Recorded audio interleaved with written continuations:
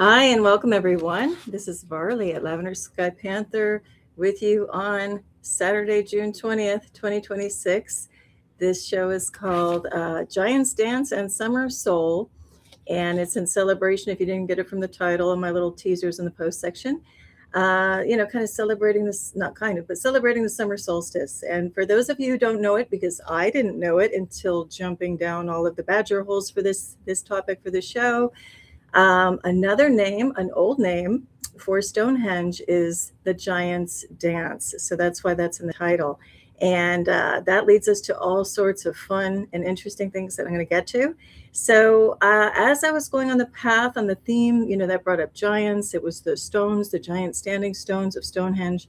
And then that brought up the whole giants topic. And again, when you look at my post section as I'm preparing the show during the week, I'm just kind of throwing out little things that I'm looking at that may or may not be part of the show, maybe things just, that kind of hopefully inspire something in you if you want to go down and do further research on any of these kind of side topics on your own if you wish.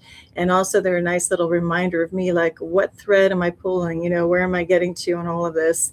Does it lead anywhere? Does it lead to nowhere? The point is the journey on this, not the destination. And actually, I haven't mentioned this in the past, but if any of you, listening to this show, we're kind of good enough to do so. And thank you and welcome to everybody in the chat. Rita Pita, thank you for being there. And Sarah, thank you so much. As always, appreciate you when you guys are hopping in the chat. But if you guys find anything out that I haven't mentioned and is really cool and fascinating information, if you have pulled the thread further, so to speak, do let me know, like either in the comment section if it will take, I've been shadow banned here, or shoot me an email, because, I'm just doing intuitive guidance on all of this and just kind of like, where do we want to go? And I just flow with the go, as they say, go with the flow. And let's see where it all goes. So not unlike other lives, I've got a ton of information swirling around here, so many different directions we could all go into. So I'm just going with my intuition. And if I leave stuff out that I really wanted to touch on, it just means it wasn't meant to come up. As always, feel free to drop anything in talk in the chat, anything relevant or not relevant to what I'm talking about in there. I'm going to go through just a few slides today. I'm going to, as always, hold this up to kind of mark the show with the cover page. Actually, what I did here was just kind of play around with the color saturation and stuff. So this is actually Stonehenge in the background, and these are people dancing in the front. And I like the effect of just kind of washing it out in this way, because it's kind of like the giants are dancing in front of it. So anyway, that's just a little bit on the cover. So I have a very simplistic cover today, like little hint drops, interwoven through in the cover. But that's okay, because we'll have some fun things. And again, I gave some hints in the post section of the show. So let me take it all back to the beginning almost. So there's so many ways I got to rope myself in and kind of stay concise on this. So I just have about 5 slides. But what I want to do is just kind of run through a little outline, little hit list I have on this, spill it all out, and then we'll see where it goes from there. So what I want to say is I want to focus on the giants part for a minute before I go look at Stonehenge. And actually, happy summer solstice to everyone in the northern hemisphere, but also a very happy winter solstice to our friends in the southern hemisphere. Being in the United States, things get to be very northern hemisphere centric, but of course, there's a whole beautiful world in the southern hemisphere as well. So anyway, I want to just take a look at the giants part of the title of the show before going to Stonehenge. And, it brings up the question, not only what is a giant, and when you go back, a lot of people like to look to like the Hebrew with Nephilim and the meaning and break it down. And that's all good. All of these are clues and pieces that we're weaving together. But for me, I got to keep going back to the Greek, the ancient Greek meaning of giant. And when you look at the etymology, giant, to like simplify it, is the children of Gaia. And who is Gaia but a primordial goddess? And I actually want to read a couple things. As a part of this, I just take a lot of screenshots when I'm finding information, and I don't have time to put it in a neat presentation. Like, especially this week, I'm like, wow, I could use a whole nother week to get where I want to go on this, but I don't have it. So it's kind of like the teachers say in the classroom, stop, put your pencils down. That's all the time you get. So this is the time I get. So I'm going to rely on, reading some screenshots to kind of impart more detailed information that I just can't retain and, spill out. So let me get to read a little bit about Gaia and the Titans and the primordial gods and goddesses, and then the Titans, and then the Olympians and man, and how this all kind of intertwines, or at least not man, maybe the giants. Okay, so again, giants coming from Gaia, who is very much tied with Earth, correct? So I just want to take that vantage point. Now, other channels do a great job kind of following through and pulling the thread on the whole Nephilim kind of, take on the giants. I want to go to the ancient Greek references. So I'm going to just read verbatim. One, with speaking of giants, it's going to take us back to some Greek mythology, right? And then it's also going to take us to, like I said, I'm going to put in a reference. I've talked about it before, the Pergamon Museum, which is in Berlin, Germany, former East Berlin. What they did was literally lift off an entire temple, altar to Zeus, and all of these huge friezes wrapped around it, and transported them to Berlin, right, Germany. And so when you see that, you see that this whole unfolding of story of the frieze, the Zeus to altar, which was called the Gigantomachy, which is the battle of the giants. So Gaia's children versus the Olympian gods, the gods of Mount Olympus. So what I wanted to say is, before the Gigantomachy, found in that museum, and I'll put a link to that. Again, there's you can do a little virtual tour, so I'll put that link of the Pergamon Museum and the altar there in the description area below after the show sometime. But anyway, so before we even talk about the Gigantomachy, the battle of the giants versus the Olympian gods, we have to look at the Titanomachy. And so anyway, so I don't convolute myself unnecessarily, I am going to just read a little bit verbatim for my little screenshots, because I think they do a nice summary job, better than what I can do. And then we'll move on from there. But I just kind of want to set the scene, set the stage with the giants coming, from the original, according to the ancient Greek point of view. Okay, so here we go. Let me start with the Titanomachy. It was a decade-long cosmic war in Greek mythology. And again, when I say Greek mythology, just imagine air quotes, because we know that some of this mythology has roots in reality. Okay, so it was a war in Greek mythology. They fought between the elder generation of deities, the Titans, led by Cronus, and the younger generation, the Olympians, led by Zeus. It marked the shift from the rule of primal nature to organized governance. So you can also interpret that as moving away from nature to something that's been civilized or governed or corralled or removed from nature, raw, powerful nature. The primordial shift. Before the Titans, the universe was ruled by the primordial deities, beginning with chaos, Gaia, in parentheses, Earth, and Uranus, in parentheses, sky. So Gaia and Uranus gave birth to the Titans, but Uranus imprisoned many of his monstrous children. So then there was the Titan uprising, where Gaia convinced her son Cronus to castrate Uranus and overthrow him. And yes, we get into weird stuff, right? These kind of incestual stuff when in Greek and Egyptian, mythology and origin stories. That's a whole nother topic for another day. But then it says the curse. Upon his defeat, Uranus prophesied that Cronus would eventually be, give me a minute to find it. Hold on, guys.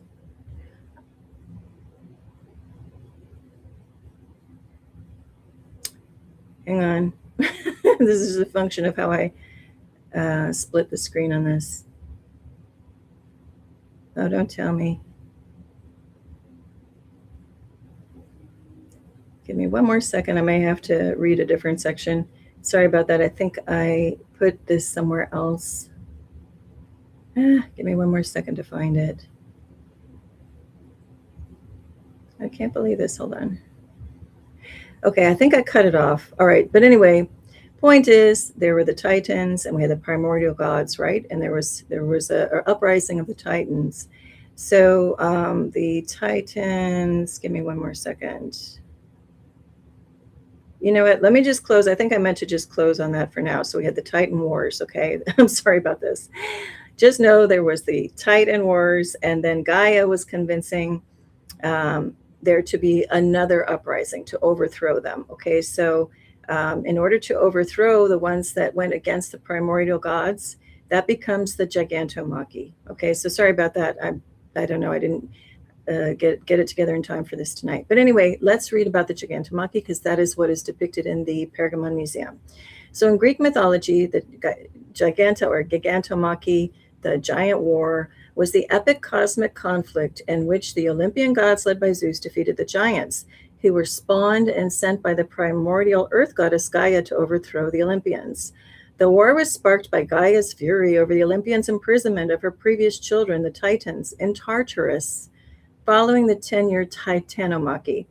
Gaia and Uranus birthed the Gigantes, or giants, as weapons of vengeance to overthrow Zeus's newly established cosmic order and reclaim the universe. And I'm just going to pause for a minute, because that's a very heavy paragraph that has a lot of parallels to right now, right? Those who want to live in nature and those who want to seize and conquer it. Oh, and welcome, Sharon at Lake Superior Skywatcher and Nature Lover. Thanks for being here. Giant greetings. I love it.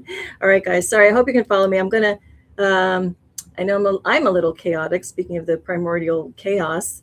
And I just need to warm up a bit, and then the things will flow a little bit better. It's been a weird day already, an afternoon over here. All right. So anyway, they're establishing, so they're going up against, and Gaia's trying to get back and overthrow Zeus's newly formed, order, right? So Gaia and her children, the giants, are rising up against the Olympian gods. So then it says the prophecy, an oracle foretold that the giants were invincible to the gods alone and could only be destroyed with the help of a mortal. To level the playing field, the Olympians recruited the legendary demigod Heracles to their side.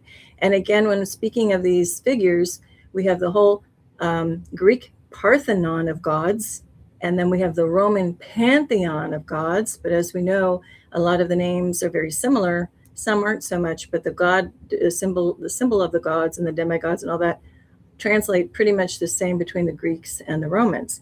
So where you have Heracles, you can just substitute Hercules, that kind of thing, right? All right, so the cosmic war. I'm just going to read a little bit more on this, and then we'll move on. But the cosmic war, the giants, sometimes depicted with serpent-like legs, fought fiercely. According to some myths, they even stacked mountains to breach the gates of Olympus. Key battles and defeats. Alcyoneus, the leader of the giants, was immortal only as long as he stood on the native land.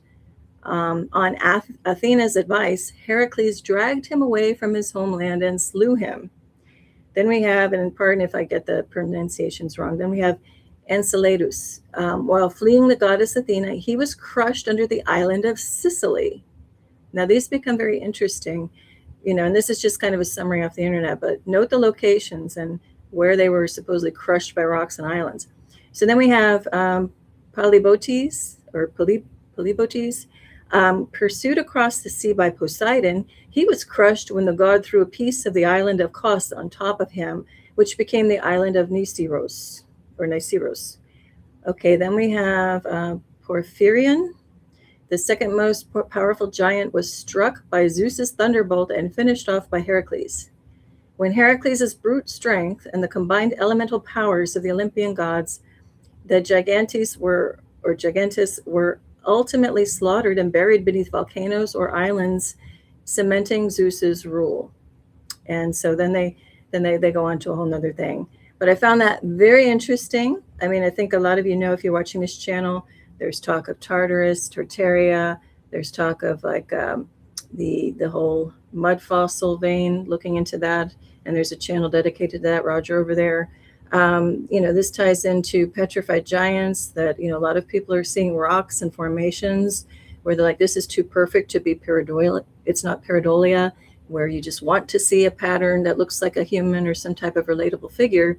They're really seeing things that are too symmetrical, too organic looking to have been carved or faked or, anything. We're seeing evidence of petrified life forms, whether it be human forms, or a lot of people the world over finding evidences of large serpents or elephants or things that seem to be frozen in time and petrified.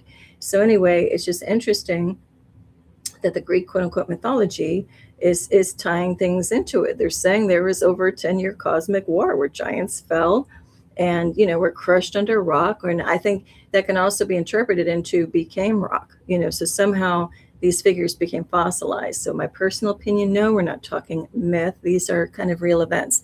Now, as to exactly how everything played out, there's a lot of wiggle room there. And that's why I think all of us are trying to put all of these pieces together.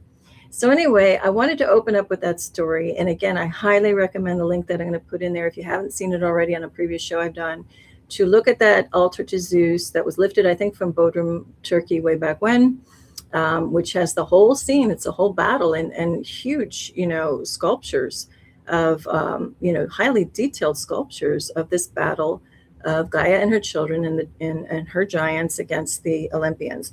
Now, I've talked about in a previous show, that frieze shows the Olympian gods as the victors. So of course they look all elegant in their flowing robes, and it's like a vanity scene for them, just showing, look how beautiful and great we are and high and mighty we are. Meanwhile, Gaia's children are struggling. They've got the serpent legs and half man, half serpent, and they're being, literally looked down upon and battled down upon. So again, I know this phrase keeps getting thrown around a lot. The victors write, the history, but do they write it faithfully or do they embellish greatly? That's another little angle to that. So anyway, I wanted to start off with that because giants obviously is going to tie into giant rocks as far as like standing stones. And we're going to get into history about actual giants, like heading towards Sumeria and the Sumerian kings and how tall they were and all of that and how long they lived. And that brings me kind of to two questions I wanted to actually start off the show with are, who is taller and who is older? Now, not only is there something to look at in ancient history about all of this, like what are the true heights of things, of humans and giants, and the ages of them, like what's the correct age, but it brings me back to the modern day, as I mentioned in a previous live, when observing like little preschool kids to like early elementary school. So say like, I've said probably a different age spread before, but say like anywhere from 3 years old to 5 years old, especially with the male children, first thing they do is go up to each other and they say, I'm taller than you. I'm taller than you. Even if he's shorter, he's going, I'm taller than you. And they're obsessed with this taller than thing. And nobody's really taught them that. They just walk into each other's field and go like, I'm taller than you. And then age becomes a thing, like who's older, right? And it's funny because this question hit me just before coming on the show, these two questions, who's taller, who's older? Because the question is, which giants were taller? If you look at the little stories I just read, stories, based in some fact, who was taller? It was a question that came to me, like the gods of Mount Olympus or the Sumerian kings. And then I had to look at, well, who's older? Because I wasn't so sure of the age of these civilizations. And it's just the thing I read is claiming that Sumerians, so the Sumerian culture society, a key city there was Ur, U-R, like the ziggurats of Ur. I mentioned the lyres of Ur, the harp-like instruments being in a museum, but they're called the four famous lyres of Ur. So that civilization is supposedly older. Now, again, I say supposedly, allegedly, because, who's writing the history here? How do all of these pieces connect, really? But anything that I'm talking about, we're just going to go with, okay, we'll go with kind of the cursory. Let's just say Ur is older than the Mount Olympus of Greece, okay? Anyway, so it just gets very interesting because we are going to take a look at Ur and some of the giants depicted in the friezes there coming up in the show. Okay, so then I think before we hop into kind of the history dive on this, I want to do the lighthearted fun aspect of the giants. Not that the others aren't, but just so you know where we're going, I give a little roadmap and hints of what's coming. We are going to dive into the ancient civilizations. We're also going to look at modern, really gigantic statues, not only like seriously done ones. People could say that were associated with the Tartaria civilization, but also modern in the sense of what you might find, like say in New York City, or the most giant indoor statue, which I have been in the presence of. It's darn right intimidating and had a bad vibe to it when I went to it in the early 90s, is the huge 42-foot statue of Athena and Nike in her hand. Nike in her hand is 6'4", and I'm going to get to the images coming up. I'm a little out of order. But that thing is touted the largest indoor sculpture or statue in the Western world. So anyway, that's in Nashville, Tennessee, in the replica, 1-to-1 replica-sized Parthenon there. But that was part of the World's Fair, and that's a whole nother story. But anyway, let's jump over. I'm going to skip around a bit. So let's jump over to the lighthearted aspect of this. So in the title that I had, Giants Dance and Summer Soul, that was leading me down a little path to look at summer road trips, especially if you're in the United States. I'm sure you've seen it. It's been in music videos like Everybody Wants to Rule the World by Tears for Fears. They go by one of these roadside things with these giant, like dinosaur park, Anyway, I've been to the one with the Paul Bunyan. This is in Klamath, or I think that's how you say it, in California somewhere. It's Paul Bunyan and Blue Ox Babe. This is somewhere in Texas. I forget. I think this one's in Ohio, this Sasquatch. I hope you can see everything. Sasquatch in Ohio, a giant Michelin Man. That's a whole nother story if you want to go down that badger hole of looking about, the roadside stuff and the logo and how they created it. And again, in my post section, I put a lot more backstory to all of this. I'm just kind of pointing and going. I won't go into detail on every one of these things. So I'm going to defer to my post section. And also after the show airs, I'll put links to interesting tidbits after. Then we got this huge Mexican guy with his sombrero, and he's holding the sign south of the border. And actually, I have passed by there. That's, I think, between, somebody correct me if I'm wrong, I think it's either between North Carolina and South Carolina. Yeah, I think that's where it is, on the border. And then we have the Jolly Green Giant. He's huge. And we have this dinosaur and this guy with a giant hot dog. So I'm sure a lot of you out there have maybe been, if not, you haven't passed by any of these in particular. I'm sure you've been by other ones. I think in another Hollywood type movie, what's that one with John Travolta playing an angel, Michael? I think it's just called Michael or something. They are driving somewhere, and in part of the movie, the guy wants to see the world's biggest ball of yarn or something. So these crazy, cheesy, tacky kind of, but fun things, right? Like there's this huge picnic basket, there's a giant squirrel, there's just all kinds of stuff. And the imagination is limitless when you've got chicken wire and plaster or concrete, or, some of these things have pretty serious framework, to support them. So I don't know if any of you have a fun one or favorite one, but mine, it just really stands out as the Paul Bunyan. Now, Paul Bunyan is another giant, and I'm not going to go into too much detail in that one. But remember, what did he do? He's chopping down trees, and he's a giant. And then that could further lead us to the whole thing of Devil's Tower, where people are saying that's a tree stump. There's nothing geological formed with that thing. And I agree. It's a tree stump, a petrified tree, huge giant tree. So was the Paul Bunyan lore really hinting at the giant who's cut down these trees at one time? Or is that a separate story? So looking into the backstory of Paul Bunyan, some were just saying, no, he was just a giant man who was really a great lumberjack.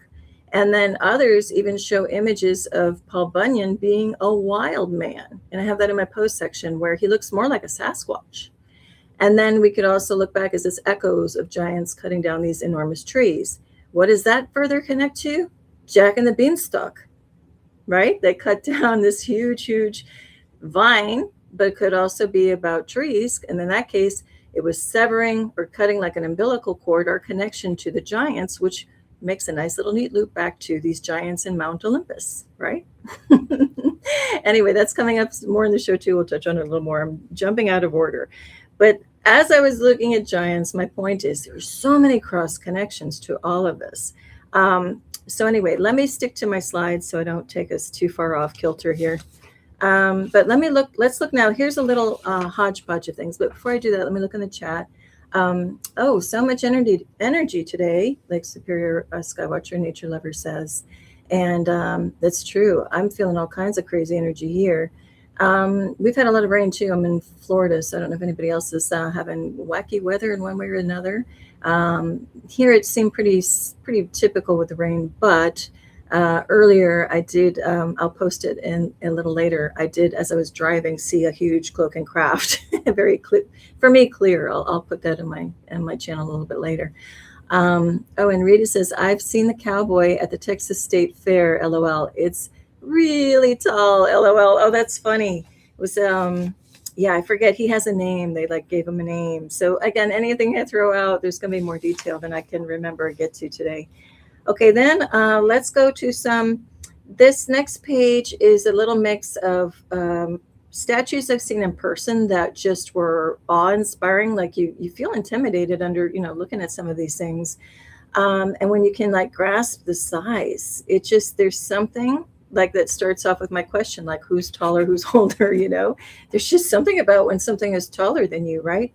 And I think that's, again, somewhere in our DNA, back in our ancient memory, we have a remembrance of being in the presence of these giants and how we felt. And that's why some of these, being in the presence of even stucco and chicken wire ones, it just brings an emotion into us because we have that ancient memory. And actually, I was a little delayed coming on because on the show today, because just as I was going to hit the live button, something stopped me.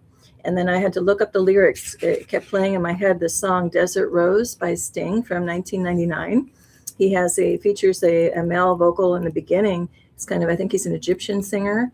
And anyway, there was just a line in there that, kind of was playing in my head, and it's evoking that ancient city. He has another song called Mad About You, where he talks about ancient, kind of sands of, whatever. Just look up the lyrics and listen to the song. But anyway, Desert Rose came through powerfully so. And that's going to connect to, it just was giving me the feeling of these ancient lands, and will lead us to Sumeria and like the list of kings, the giants. Again, who's older, who's taller, the list of the kings, the Sumerian kings. They supposedly lived for, like over 28,000 years, etc. They had so much longevity, and they were huge. And I guess I'll just kick off with that. So this whole slide, it's a mix between where I've actually been and maybe I haven't been, but again, some tied with the song and just being ancient or old and tall. So this is one of those examples, kind of the Sumerian kings example, where you've got this huge giant and he's holding a full-size lion. That's not like a baby cub. That's an actual full-size lion, to give you the idea of scale. And then I know a lot of people have seen this one probably a lot by now. So we've got this huge figure, the king-like figure, and the people. And those are regular-sized people, and that's just a giant. And again, we can get into the meaning of that whole phrase.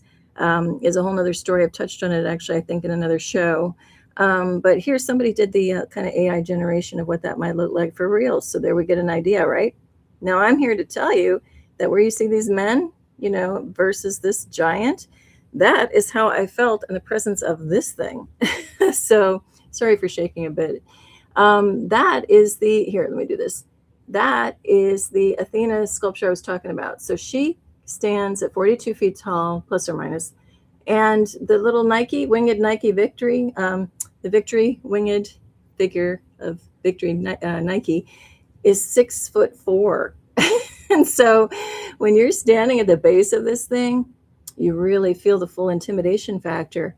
Now, this is when she was all white. This is a reconstruction of the statue inside of that replica of the Parthenon at the World's Fair site in Nashville, Tennessee. She's in there in the replica, quote unquote replica of the Parthenon, and the shield is enormous. She's got the snake, which represents the ruling over the lands. There's a story tied to an ancient king there. It's a whole nother story. But the interesting thing is, I stood in front of that thing and I felt, boy, did I feel intimidated. And that's not normally me. It was eerie.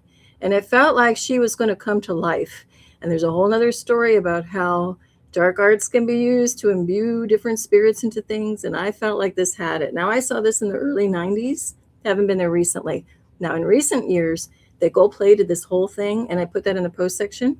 They've gold-plated her. So she's all gold-plated. And they even painted the skin and like the lips red. And I wish they left it like this.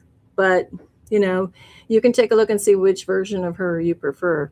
But this was featured in a movie. There's a whole scene, if you know Percy Jackson and the Lightning Thief. They spend a whole time, right in front of her, acting out a whole scene with a multi-headed Hydra and all of this stuff. So if you want to see it in the movies, you can see it there. Now, speaking of the Percy Jackson and the Lightning Thief, I put a clip again on my post section from the movie. At the very beginning, Poseidon is massive. And he walks out of like the harbor near Coney Island or whatever. He's by a pier. And then you see him morph and all the water compresses and then he becomes human sized. So again, and the histories of the Greeks, what do we know? It's like they shapeshift, these gods. And Athena, if they don't shapeshift, they can also turn other people into different things. We know Athena with Arachne, this human weaver becomes turned into a spider because she outdid her talents and beat the gods with her weaving. And the Medusa, Athena was behind a lot of these forced transformations, whether people wanted them or not. And so there's something to it, right? There's this kind of magic and sorcery aspect, which is going to tie us into Stonehenge when we get there, about Merlin and the story behind Stonehenge and the Giants dance. We'll get there. Anyway, I just wanted to talk about the Percy Jackson, the lightning thief scene of Poseidon transforming down, because a lot of these stories we figure out, well, how could have these gods mated, these giant gods mated with the immortals and whatever? Well, they morph down into different sizes and shapeshifts. So I did want to read, give me a minute. I did want to read that, if I can find it fast enough. If not, I'll skip over it. There was an interesting passage of how they can shift. And if I don't find it readily here, I'll put it in the description area below. Let's see. I might have to, I think I can find it, please. Oh yeah, here. Okay, so again, my questions: who's older, who's taller? It says size. In ancient mythology, Titans were not strictly defined as giants, in quotes. As divine entities, they could generally shapeshift and alter their size as needed. So that was pretty interesting to me. Yeah, I think that's all I'll read. So people go, well, how could the Nephilim, if you want to use that terminology, how could they have mated with the women of the, the earth? And hey, we got the whole shape-shifting ability thing, perhaps, right? Now others say that whole thing could have just been referencing DNA, combined to make and do. So again, these are just thoughts to throw out there, food for thought, like what the heck's going on in the world and how does it work really? Okay, so let's move off that topic. So, but the segue from that is the lightning bolts. So Percy Jackson and the lightning thief, in that story, someone stole Zeus's lightning bolts, okay? So that brings us to this little number, this little gem here. This is a photo from 1913, supposedly. Can you see that? Sorry, off the internet. This statue is standing on top of a ball, on top of a building in New York City in 1913. This thing is 24 feet tall. It's huge. And how do I know? Well, I was standing in the presence of him right here. And he was put in the lobby in the 1980s of a huge building, more modern building called the Chippendale Building. And he was in the lobby. And you stood at the foot of him and looked up. This thing was enormous. So I don't know how the heck in 1913 they would have been able to have this up there. And this looks like it had been up there for a while. So anyway, that brings us back to a lot of the questions we all have anyway about our true history. That one, I forget his true name. Like they dub him like the Golden Boy because it's a golden statue. But and the lightning bolts are in the hand, so it's interesting. And when this thing got moved to the more modern skyscraper, in the lobby, there's a huge oculus, and the oculus is the big hole, and that has echoes and tie-ins to Rome. In the Pantheon in Rome is an enormous domed building with a big hole, an open hole, rain comes through and everything. And so here in this building, they choose to put this huge statue who coincidentally is holding lightning bolts. So to me, that's a reference to Zeus, with the lightning bolts. And he's actually got also these cables, which is pretty odd to have at the top of this building in 1913. He's got these heavy cables. There's a whole nother badger hole. We won't go down right now. But anyway, very interesting to me that they put this thing with lightning bolts in a lobby that has an oculus. So again, to me, that's referring to the Roman gods or the gods of the Mount Olympus. So the Greek, whatever, tomato, Greek Parthenon or Roman Pantheon, whatever you want to call it. It goes back to the idea of these kings or gods, the king's list, referencing that they lived not just 100 years, not just a couple thousand years, but multiple, like 28, 30, whatever. I don't even know. I think it even goes up in the hundreds of thousands of years. So there's something to all of this, right? Again, my questions: who's older, who's taller? Okay, let's move on from this. So now I have another reminder slide of where we're going. And then there's only one after this. So, all right. So, and I'm not missing anything good in the chat. Okay, so here we go. Here's another slide now where we're going to get to the Giants dance or Stonehenge. And so I just will point out for anyone who doesn't know, and this is actually important because this site is where a lot of people journey to right now for the summer solstice to catch the sunrise coming up over the heel stone. They call it a heel stone because it's like a perfect alignment to watch, the sun coming up for the solstice. The heel stone is from Helios, the sun god. So that we'll get into that a little bit more in a minute. Anyway, I'm just using this for reference to show that in England, UK, okay, sorry, let me come in here. So Stonehenge is here in the Salisbury Plain, Wiltshire.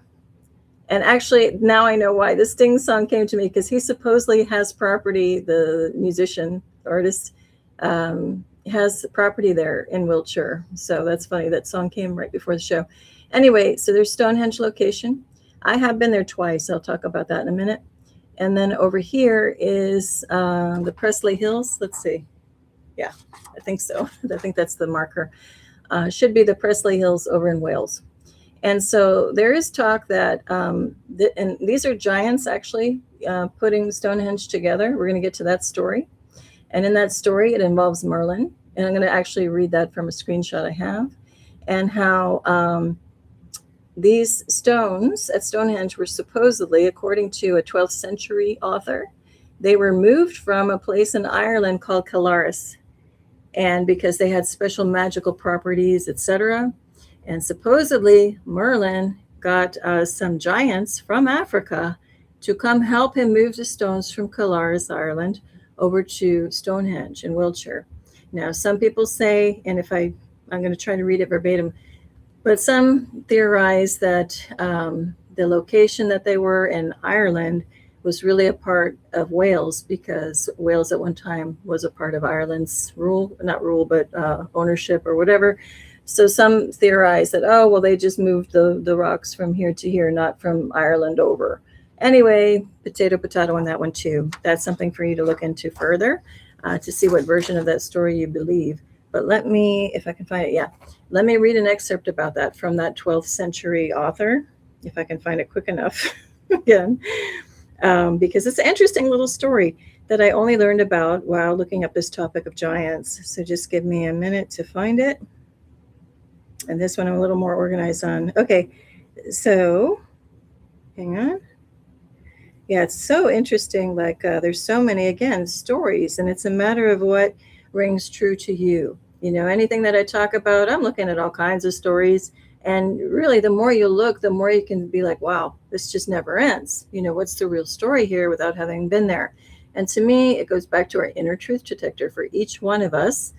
The true story, much like dream interpretation. If I ask 10 people, I had this wild dream, I explain it. Hey, what do you all get? What does it mean? Each person's going to have something totally different. They're probably going to have a totally different telling of what they think my dream was. And then the one that is right is the one of the 10 where I go, that's it. That clicks with me. That was it. Nothing against the other 9 and their interpretation, but you know what? That's the version that resonates with me. And same thing with some of this stuff until we get to more truths of what's really going on with our history, right? On this planet. So let me do this. I don't need to read a lot of this. I just want to get to the good stuff. Okay, here we go. So keep this one image in mind as I read this. Keep this image in mind here. And I have that in the post section right there. The giant with the uprights and the lintels coming across, okay, of Stonehenge, or the giant's dance. So I'm going to read a little bit, bear with me.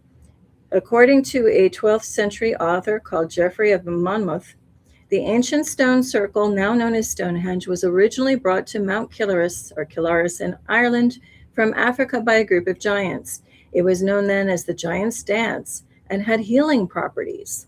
The stones came to Wiltshire with the help of a very young Merlin at the behest of King Arthur's uncle, Aurelius Ambrosius, to be, hang on. Oh my gosh, what is this today? Hold on. None of my little things are going sequential. Give me a minute.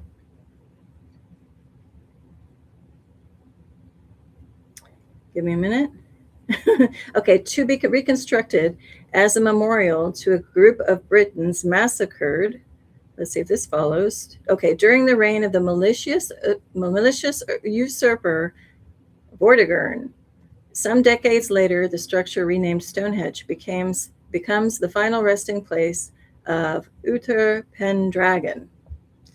So anyway, that's the story. It's in a 12th century manuscript, which I showed you. And here's a little thing, here's a little description of how these so-called giants from Africa that helped Merlin lift stuff actually did the lifting. So it's a story about ingenuity over brawn. So they bring Merlin in to do his sorcery or his incantations to levitate the stones, and then the giants kind of guide them into their place. So not by might that they are lifted, but by something else, because there's a whole nother backstory to what I just read you about this whole story. Anyway, let me just read this little quote of how the stones were moved according to this 12th century author. They grasped the stones behind, in front, and sideways. They pushed and thrust them hard and shook them hard, but however much force they used, they could not find a solution. Rise, said Merlin. You will sow no more by force. Now you shall see how knowledge and skill are better than bodily strength. Then he stepped forward and stopped. He looked around, his lips moving like a man saying his prayers. I do not know if he said a prayer or not. Then he called the Britons back. Come here, he said, come. Now you can handle the stones and carry them into your ships, as Merlin instructed, as he devised and told them. The Britons took the stones, carried them to the ships, and placed them inside. They brought them to England and carried them to Amesbury into the fields nearby. So this is based on a translation, they say, on Judith Weiss's 2002 translation of Weiss's Roman de Brut. So very interesting, right? Now, I don't know who can authenticate this. This manuscript is supposedly, I think, in a museum, archaeological museum in Wiltshire, but very interesting nonetheless. And again, so some theorize that, okay, the stones came from the Presley Hills. They were brought by boat. The stones were transported by boat and then somehow brought across. So the passage I just read is showing that Merlin was involved to do some kind of levitation of the stones. And then they also needed a little bit of the heavy lifting of the giants to put them on ships and further take them. Now, if that sounds like a bridge too far, there's also another book I've referred to many times, The Smoky God. And in this book, the actual story, the account is supposedly a true story of a young man telling it who went through this whole experience of going into inner earth in the late 1800s. And the story was actually recorded by somebody else at his deathbed, supposedly in like 1921, I think. So anyway, in this account, again, spoilers on everything I talk about, there are giants. The young man and his dad get into inner earth in an interesting way. They encounter giants they first hear them on the water singing, beautiful, harmonious, melodious kind of a song. And it's very loud, and they're like, who could possibly be singing? And then they see a huge boat, larger than life, massive boat.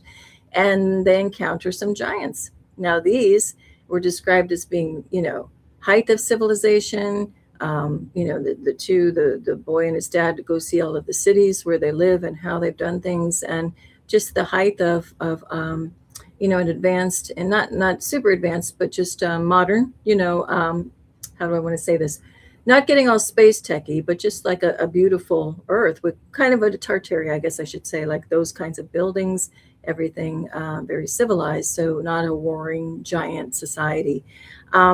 Anyway, that's another story too. So, but we look at all these stories, and again, we've got them in the biblical sense, going back over 5,000 years until now. But there's something about why are giants still on our minds, still with kids going, I'm taller than you, right? It's so much etched into our very DNA. Now, I did say I was going to tell my personal story about this. I might just make that really small part of this, but before we move on. But this is just, a possible reconstruction of the full Stonehenge, not the one in ruins. This is just an idea of like giving you an idea of some of the scale between people and the ruins. This was just really picturesque. I like the way that the rainbow was coming right there. We talk about, is it on a ley line? Is that some of the power generated because it sits on a ley line and, moving the energies there. And I'm also putting this down here too. This will relate later into if we get to it. I don't know if we will. Actually, I may hold off on this, but I'll let you know why I put it here. A lot is said about when we get to the Ur and Sumeria parts, where those ziggurats, like if you look up the ziggurat of Ur, that's pretty fascinating, a stepped pyramid. there's one interpretation that, they talk about there was always one priest or one elite class who could go up, who were allowed to go up to the top of these pyramids or ziggurats, and that they did so in communication with the patron god, or, there was some supreme being there. Well, there's a whole nother vein of this, of somebody talking about it, where, well, they went up to communicate with ETs, and craft would come down and land, and there was always like an enclosure. The temple had like deep layers and enclosures where a craft could easily land. The person, the priest or ruler, the emissary of ETs, down on the ground, could come up and communicate with them and then come back down, right? That's another story. Otherwise, why so much secrecy, surrounding some of these things? But anyway, let me get to I'll do a quick little story about Stonehenge. This is my personal opinion, nothing against Stonehenge. Anybody heading there or wanting to go experience the summer solstice there, this is not to take anything away from it. However, I will say I visited there in the mid-'80s, and I visited there again in the early 2000s, and before I had my great awakening spiritually. But I still was very intuitive, very sensitive to energies without really knowing what was going on. And I can tell you that back in the 80s, I visited the site. Now, it has a huge rope cordoning off that you can't go up near the stones. I was on the outside of that, but I didn't feel anything coming off the stones energetically. But I felt them coming off the surrounding land. I felt this like electric feeling coming off from the land around, especially some of the little hills or burrows. I could feel it, but nothing. The center, everything around those stones just felt dead to me. Now, in the early 2000s, I took a special tour, and I was in and amongst the stones. And I was all excited. And again, before my awakening spiritually or realizing some of my more intuitive gifts, they were inherently in there, but I don't know really how to label these things. I go in there, and I remember feeling a profound disappointment inside, because I'm like, there's no there. It's the stones are lifeless. And then there's just no energy whatsoever. And I remember being very puzzled, because I thought, no, this must be so mystical, amazing experience when we get into the middle. And so anyway, since then, I've seen things online, and again, take from this what you will. Everybody, we each have our own opinions and experiences. However, my personal one was when I started seeing things online showing pictures of the actual stones being removed from that site. And then again, there's the guise of what? Them making a tunnel under, or rerouting the M, whatever motorway it is over there. They were doing some digging underneath. There's always some like construction or reconstruction or remodeling excuse to interrupt some of these sites. And I think the first stones there were disturbed within modern times, when? Right at the beginning of World War I. So right away, there's a red flag, like, what's going on? They're messing with this site. And by them, I mean like whatever controllers of England, whatever global ones, and they bow to a bigger master, a hidden hand, a like dark ET, negative force is what I'm going to say. But anyway, the point is, the stones supposedly, and I've seen pictures, I don't know if they've been altered. I think it was before the whole AI world started really getting prevalent on the internet. But I saw pictures of the stones being lifted, removed to do some work on them or something. But when they brought them back in, they supposedly cemented them in, for one, which concreted them in, which totally disturbs the true connection with the land, with the earth.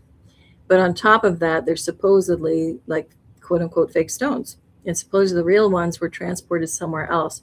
Now that makes sense in esoteric circles or mystical talk, because the same ley lines or grid lines of ancient times are not necessarily the same ones as today. The planet has shifted, changed, grown, expanded, like all of us.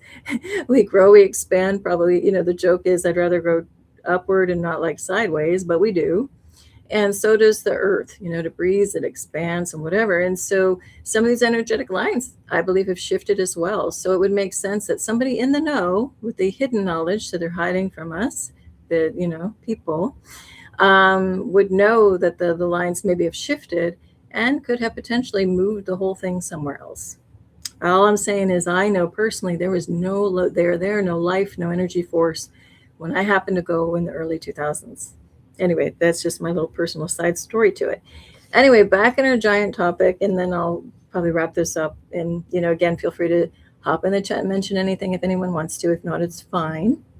But then looking at giants and looking at the roadside giants, like I mentioned, Jolly Green Giant was one of them. And maybe one of you know, I can't look it up right now, but I think he's in Nebraska or something, Idaho. Somebody correct me if I'm wrong or look it up on your own. But anyway, the idea of the jolly green giant just was bringing all the imagery of Jack and the Beanstalk through to me, right? So I think this is at Disneyland or something in Europe. They created the whole beanstalk. And this brought up a very interesting topic for me, maybe for you too. Look up how many versions there are of the Jack and the Beanstalk story. It is crazy how many versions, how many translations into different languages, the number of movies and remakes of movies. It's just off its chain of how many there are, and all the the variations. So way back, it's also said that there's a version, instead of being called Jack and the Beanstalk, it's called Jack the Giant Killer. And here's, I think, one of those versions. You got the big giant running after him. Look, it looks like a Tartarian city back here, an old ancient city. Sorry, and he's running off with the ancient harp or lyre, and the enchanted lyre. And then it's all about magic, right? And lands of giants and magic and everything that I was just talking about, to me, that's summed up in the Giant's Dance in Stonehenge, where we have a story of like a Merlin-like figure involved. And in this case, in this version of Jack and the Beanstalk, and I don't know what cover this is a separate cover, I think of a different book, although it might be related. Jack, this is a scene where Jack gets up to the top of the beanstalk, finds this big castle of the giant, and then this guy is telling him in his ear, yeah, that's yours, buddy. Hey, Jack, that's your castle by rights, because they killed your father. Go ahead, go claim what's yours, And then he listens, and then he's like running for his life for this giant, right? So there's so many themes and so many stories about this. The more typical version that we hear now, because this one's pretty brutal of how he kills the giant and everything. This one we get into, and the little boy Jack is selling his cow because his mom is very sick and they need the money, and he convinces him that these 5 magic beans are going to do the trick and be the answer. And he goes home, and of course the mom gets enraged, or really upset, because this valuable cow, Jack comes away with 5 beans. It goes, there's so many like secondary themes here, right? So anyway, as I said at the beginning, this literally is kind of like the umbilical cord to the now, to our past, to something got severed, right? Literally the mom and Jack at the end cut down the beanstalk so the giant doesn't come after him. I'm just kind of jumping all over the place, because I'm assuming most of you know the story of Jack and the Beanstalk, or Jack and the Giant Killer. If not, look it up after the show. But anyway, this is for everyone kind of is in the know. But what happens? The giant's chasing him. He jumps down and he makes it to the bottom. They're like, oh, holy crap, we got to cut the connection here. And so they literally are chopping it down with axes.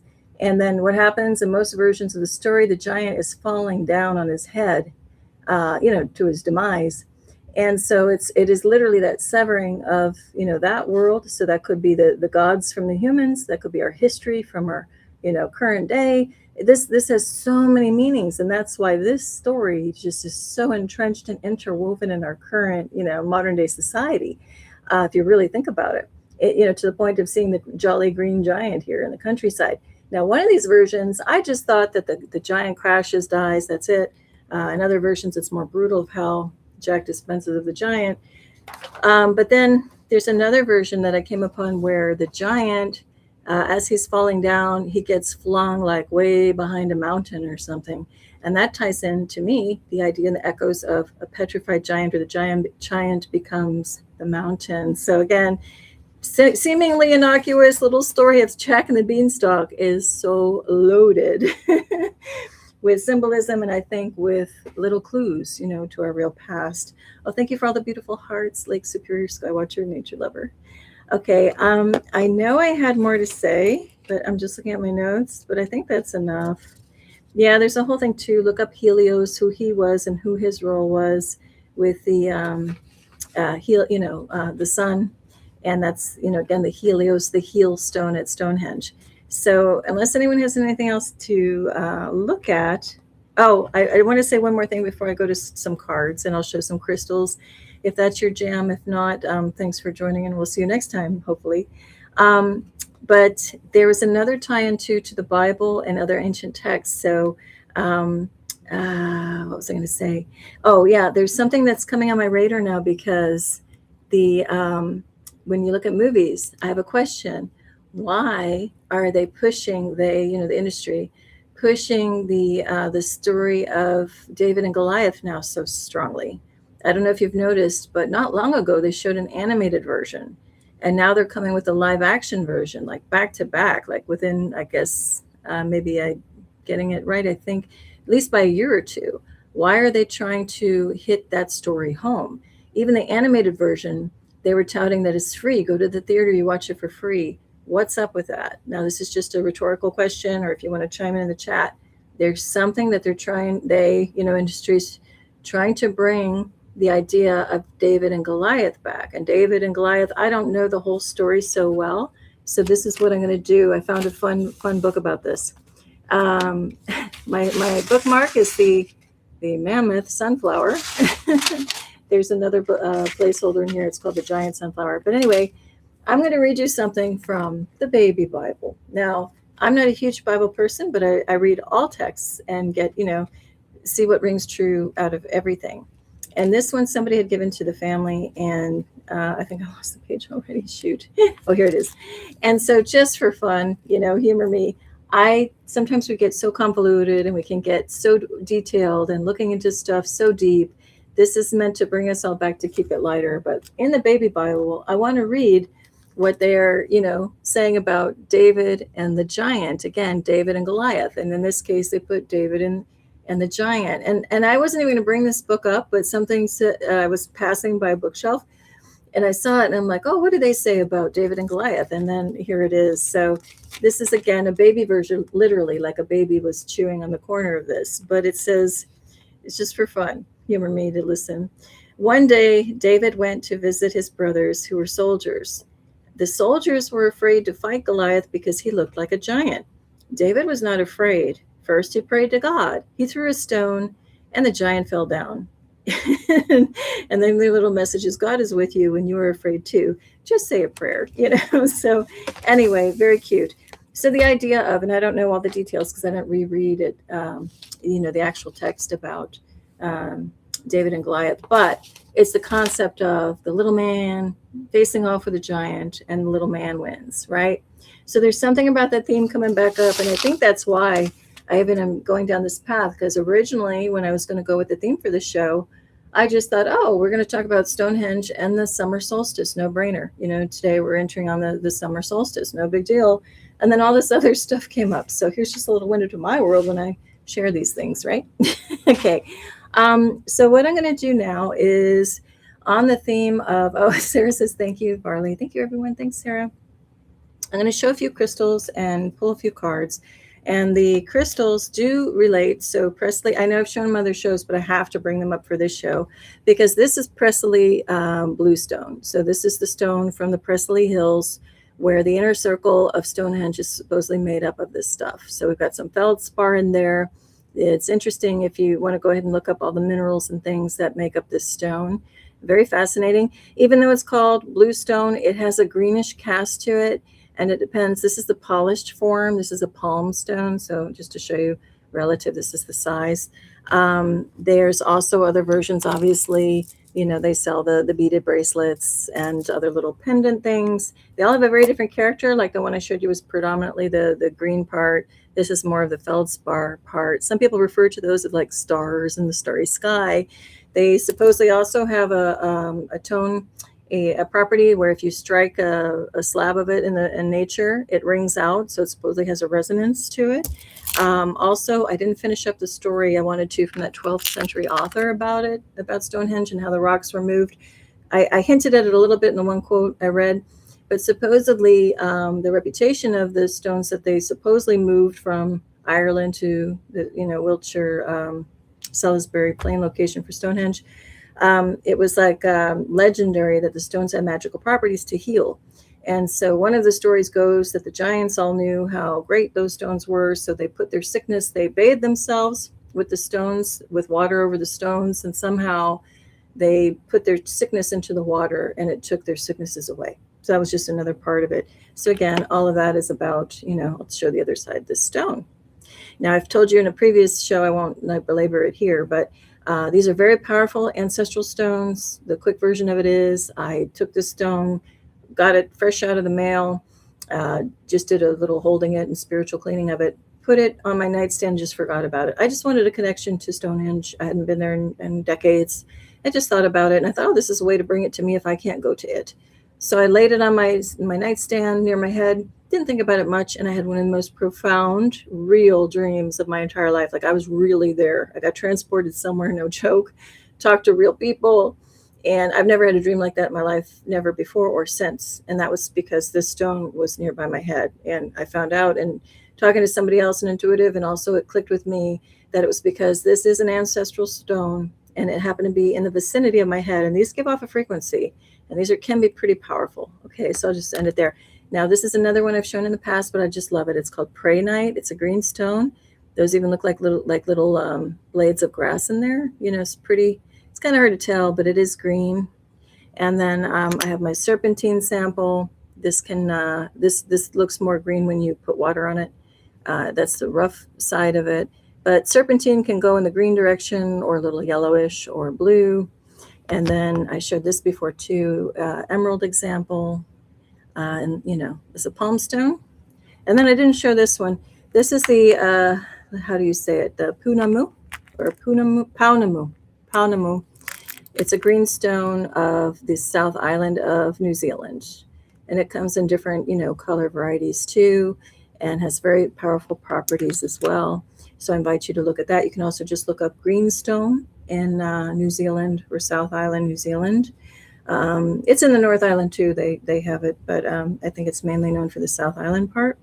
And that's that. So it's a little hello to our Southern Hemisphere friends, acknowledging that down there too at the same time, Wiltshire Solstice. Okay, so, I will say one more thing on popular culture with giants and movies, and then I really will like sum this giant part up. So I wanted to bring up too, in our culture, what do we also have floating around aside from Paul Bunyan and the Green Giant? We also have more modern stories like the Marvel, you know, quote unquote, they call it the Marvel universe, the Marvel movies, Ant-Man. And Ant-Man goes from being, you know, really small to this massive, huge giant, right? And I thought it funny because if you look at the word giant, it's G-I and then ant. And what he's doing a lot is battling like a GI general infantry kind of action figure. So anyway, that was just, I found that interesting. And again, giant coming from Gaia, from Earth. Then we have the Odyssey movie, another remake of it coming out, and supposedly directed by Christopher Nolan. I don't think so. I don't think that's the original Nolan. And it looks very flat. I mean, I've seen some of the previews. It looks actually really pretty bad. But anyway, that one I'm just bringing up because in that movie is the giants, the Cyclops of that story of the Odyssey, again, tying it back to ancient Greek, right? And then, you know, we have all of those countless Native American stories about them encountering very large giants with red hair. And some of those were not friendlies. And, you know, so we've got that in the culture. And then you look at there's a lot of mileage going on with this one story around the internet. I think it could be true, but I don't know how embellished or not it is. But supposedly a group of military people encountered a giant in caves in Afghanistan. Now, I know that absolutely could be true. Now, the exact details of the story, I don't know if they are, but, you know, apparently encountered a hostile, you know, giant there, or was made to be hostile. I don't know what happened there. So once again, and also in our pop culture, we have what? Godzilla. We have the kaiju, and really lame, sorry to anyone if you really like it, but to me, I couldn't take that movie too well. Pacific Rim, there's Pacific Rim 1 and 2, and they have the kaiju, which is supposedly these massive creatures coming out of a rift in the ocean. You know, these like alien creatures coming out of there. Oh, what is Lake Superior Skywatcher and Nature Lovers saying? The He-Man cartoon coming to the movie screen, also intriguing. Yeah, you know what? That's coming too. So yeah, the other thing to watch is why are certain movies so done and overdone and redone? Like, why do they keep trying to impress those upon our consciousness, right? I know there's been a lot of, you know, like giant-oriented movies, you know, and He-Man, I didn't get too much into that. I need to. There's a YouTuber who does a lot of really cool clips that have all of these hint drops, and she captures a lot from He-Man. That's YouTube channel Sugar Seas. I'll put a link in the description area below. But there's so many, you know, hint drops also in these cartoons. So that He-Man came out a little after my time to be watching those. I only caught one here and there if I was babysitting or something. But that I'm glad you're mentioning that. I got to kind of look into. There's a lot of code and hint drops into some things and how they work in our real world in there. So I want to check that out.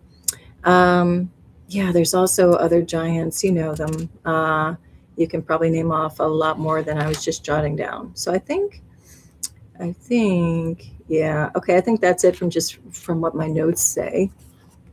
And I think now, for anyone who wants to stick around, or unless anybody has anything else in chat, I am going to pull a couple cards. So I've got some fun ones. I'm going to pull some from this Stonehenge playing cards deck from the English Heritage, who runs it. It's also a UNESCO site, by the way. And if you've watched any of my earlier lives, you know how I feel about that. When UNESCO puts its stamp, so to speak, on any of these ancient sites, it's good to pay attention. You know, there's something going on. Example of one of these that I talked about in a previous show, the what was it? Drinking Dragon and Stepping Stones. If you look at my live, and I'll put that in a link below, that was talking about a UNESCO site in Northern Ireland. I forgot to mention that. It's called the Giants Causeway, and I had talked about that previously, and I forgot to give a nod to that in the show until just now.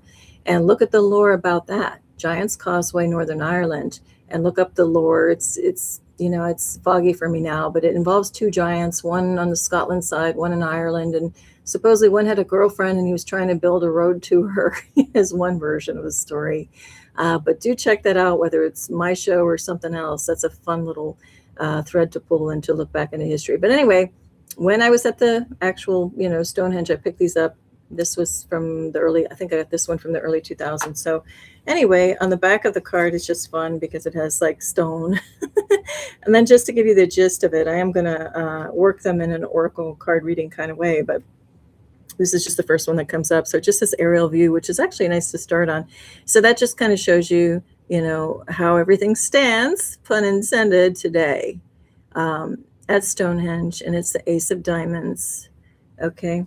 So now I'll just go ahead and shuffle this a little bit, and let's see what comes out of here. So I'm going to look at this deck. I'm going to look at the 50 plants that heal, and I'm going to look at the Celtic spirit. Again, just kind of keeping in the spirit of this theme of Summer Solstice, the Salisbury Plain in particular, Wiltshire, where the Stonehenge is. Any kind of version of the Stonehenge. Again, I have my doubts, but still, it's a great place to go visit. Like I said, I don't want to steal anybody's thunder if you're going to go there or want to. Still highly recommend going there to experience it and the scale and everything. And if any of you do go, please, by all means, let me know if you feel any energies. Maybe I was having an off day and just didn't pick anything up, but see how you feel about it.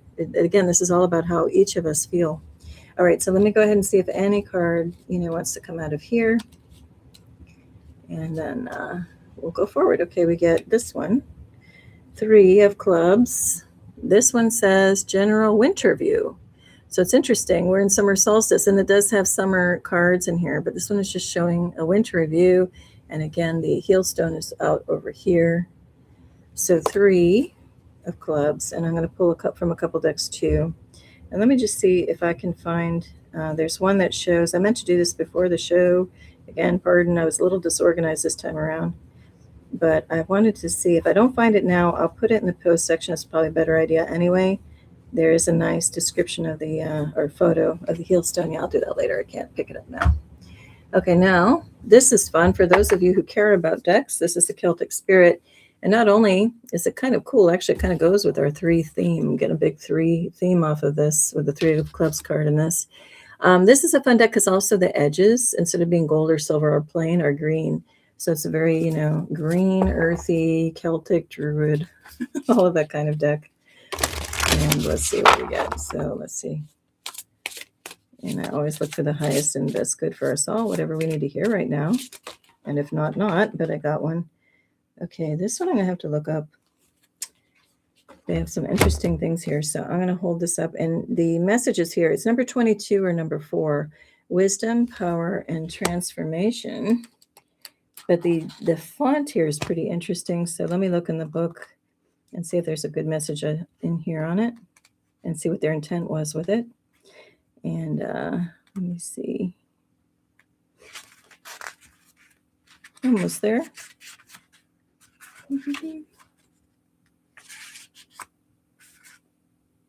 Give me a minute. I have to look in here. Okay, it's a word. I don't really know if I'm going to pronounce it right, but it's the owl known as bloodowed. Bloodowed. Oh, wait, it's pronounced bloodoweth. Oh, bloodoweth, meaning flower face. Okay, so I'll post this in the post section below. But anyway, we have an owl. So I don't know if any of you are into owl imagery. I mentioned Athena earlier. She's known as, Athena could supposedly transform into an owl. And, just look at the imagery here. We've got like a crescent moon, etc., and the different fauna or flora, I mean. Let me see. You know what? Let me see what they're getting at there. I do have an earlier show called Sky Visit where I do feature the owl, and I talk into the whole lore and, mythology about Athena and the connection with the owl. I also talk about ET connections with people sighting owls. And then there's like an ET, or the owl is the ET. That's a whole nother story. I'll link that too in the description area below when I talk about that. But let me just do this. I'm not going to go too deep on this. Let me pull from the other deck too, and we'll get to the bottom of this, of what wants to come through as the overall message. And I'm trying to keep it simple too today. So let's now look at the 50 plants that heal. I've had this deck featured before. It's really interesting. The backside shows, descriptions about the plant or the flowers and the pieces and how they are used for healing properties. And a lot of times that's not just the flower itself, it's the bark, the resin, the leaves. So much of a plant heals, and a lot of plants that people consider weeds are really healers. Okay, so guess what? We got mint. Okay. And here, I'll just zoom in a little bit more. It shows, the facts about it, how the leaves are, a lot of details on the botanical side of it. And then it talks about healing potential benefits, like it's an antiseptic. It helps with digestion, as we know. Like if you drink a nice mint tea, that can help calm the stomach. So anyway, that's just a little hint. Now let me show. Oh, thanks. Sarah says beautiful. Here, this is I'm going to come in close, and I'll just kind of move it manually here so you can just see that's what mint looks like up close, and the different kind of parts and pieces. Right? Oop, there's a little glare there. So very interesting. Okay, so we got mint. And I'm just getting right now, very quickly, because we've got the owl together with the mint, and the owl, we know, can like spin its head quite a bit around, see things from all sides, all places. What I'm getting, though, is just with these two together, and again, I'm just trying to dummy this down, make it really simple, is it's a good time to have a fresh outlook on things.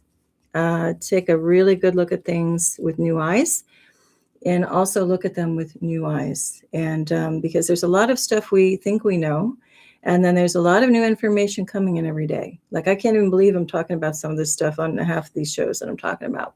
Like the idea of there being an ice wall or lands beyond the lands that we know. Like, we think we know the continents, but they're supposedly far bigger than we think, right? Even all the mysteries surrounding Antarctica and the Arctic. So it's just this whole thing reminds me, take a fresh look, because like mint is fresh.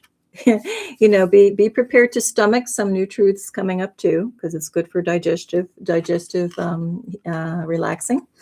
And 3 is the connection with the Trinity. We think of it with the divine, and there's a clover there, so we call it clubs in the playing card world, but it's a clover. And the clover has a lot of healing properties, especially like red clover against the flu and things like that. I'm actually surprised clover card didn't come up. Let me see. But the 3 in the divinity and the clover is a good reminder to connect in with our higher self, pray to God, Jesus, Mary, whoever, get into that kind of that zone, and connect in with whatever we want, truths on. So like right now with the giants, it's a great time too to just like connect in, like what's the real truth there. And if you don't get an instant response, don't worry about it. Just put the intent that, hey, reveal it. I really want to know. And then you'll see in what ways it comes about. It may not be just listening to any person's direct podcast. It might be like, oh, I heard this person talk about this and that one about that. Or, oh, I just went outside and just something connected. I got the answer, or I got, more information than before. And a lot of our getting to the answers here, I'm sorry, I'm just also looking for the clover card while I'm talking. A lot of getting to the answers, are that we're not just going to maybe not get it all at once. Maybe you do, but it's about like a slow drip with all of this, just like with quote unquote disclosure. Oh, shoot, I'm supposed to talk about that today. I'm going to address that in a second. Just like that with disclosure, with everything going on with the ET world, for whatever reason, it's a slow drip process. I've mentioned it before on my channel. All of my cloaking craft observations, they didn't just, blow the cloaking away and let me see like the real thing, like the bona fide flying saucer ship or whatever you want to call it. It's like, nope, we're covering it mostly in smoke and mirrors, but you get to see this little pipe sticking out. Or, oh, now we'll show you this little color quality. It's not like, ta-da, lifting up all the fog and you get to see it. That's not yet. And so same thing with this process of, I want to really know more about what's our true past, what really happened here, People talk about the meltology and Tartaria and all this extra. There's just so many things that are starting to spark an ancient memory of us that we know it's true somehow, right? Oh, thank you, Sarah. I like that owl feather fire and golden heart and all that. And your other beautiful clover and green fern and green heart emojis. Okay, maybe they don't have, sorry, I don't think they have clover in this deck. No, they don't. But anyway, point is that I get frustrated too. But now that I see the 3 of clubs, and in addition to this, I think it's called a triskelion, the 3, like a trifoil, a 3-leaf kind of motif, like Sarah's got the clover, the 3-leaf clover in there. There's something to that too. And there's something about connecting in above all, like that's why this one's powerful, because it's the 3. It's, I don't like the phrase the Father, the Son, and the Holy Spirit, because that's putting a male female thing on it. Don't do it. Just like the divine, working through us here on earth. And that magical something that sparks when we do connect in with divine is the 3rd for me. So, but anyway, that aha moment, that light bulb turning on, that flash of when we connect in, it's showing that our answers need to come more from us making a conscious connection rather than looking in a history book. Because I think at this point we can throw all those history books out the window, right? Okay, so that's all I'm getting. Connect in, be patient with getting the answer if it's in a slow drip fashion, and definitely connect in with the earth. And hey, maybe plant some mint if you can wherever you are, because not only is it good for physical properties, but that's one of those plants that is great to keep mosquitoes away from you. It's that lemongrass. There's a lot of different natural plants that if you keep it around your, property or your doorstep, if you don't want mosquitoes, they really do help. I did that with some lemongrass. I put lemongrass everywhere. That stuff, if you're in the right environment, just grows big and wild. It's incredible, great stuff. And a lot of uses to it too. You can take the stalk of that lemongrass, mash it up and make like a paste. You can put it with like Thai food, any number of things. Okay, I think, was that it? No, I was going to mention something about ETs. Okay, so on my post section, I did talk about, I wanted to bring this up, but I hope I don't disappoint anyone.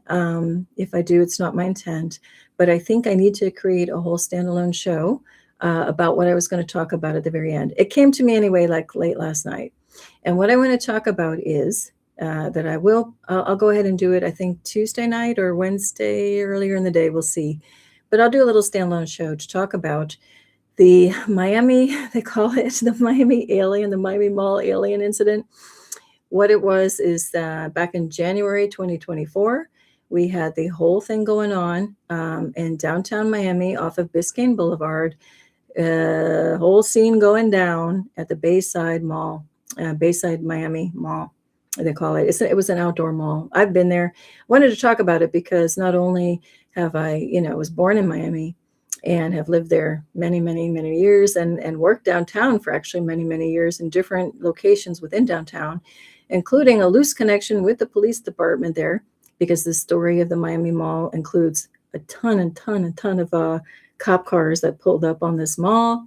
If you don't know about this story, look at my post section. I put a video of somebody, YouTuber, that just kind of putting a synopsis of what happened.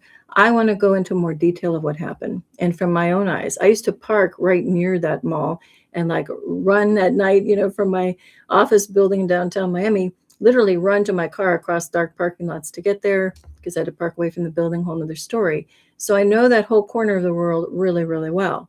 Now there's a part B of this story that I want to do a standalone show on now, with something coming up on June 24th.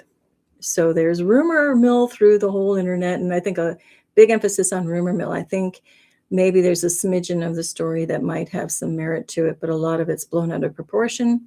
But supposedly there's a psychic from Brazil going on about having a dream, and that she is seeing alien, like a big mothership coming down, another craft over the World Cup soccer game that's going to happen June 24th in Miami. So they're playing, it's like Brazil playing Scotland.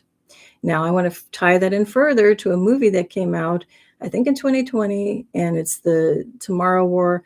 I don't normally watch that movie, that kind of movie. It's kind of like a, humans versus alien, war movie. And I don't even know. It was like, I don't know how I even watched it, but I guess it was one of those things I was meant to. Mind you, I watched it in a format where I could fast forward through parts I really don't want to watch if it's really low vibed, which, it's not my kind of movie at all. But I realized I was meant to see it because there's an opening scene and it involves a soccer match happening in the World Cup in 2020 in Qatar. But the teams that they show happen to be Brazil. And then another unnamed team. They're in a dark blue jersey, though. I guess they didn't want to pay the license rights to, put a team name on that second team in the movie. But they put emphasis on Brazil. But in that setting, they're in a arena in Qatar in 2020, and again, spoilers. So it's a World Cup match going on in that movie. Okay, it's a movie.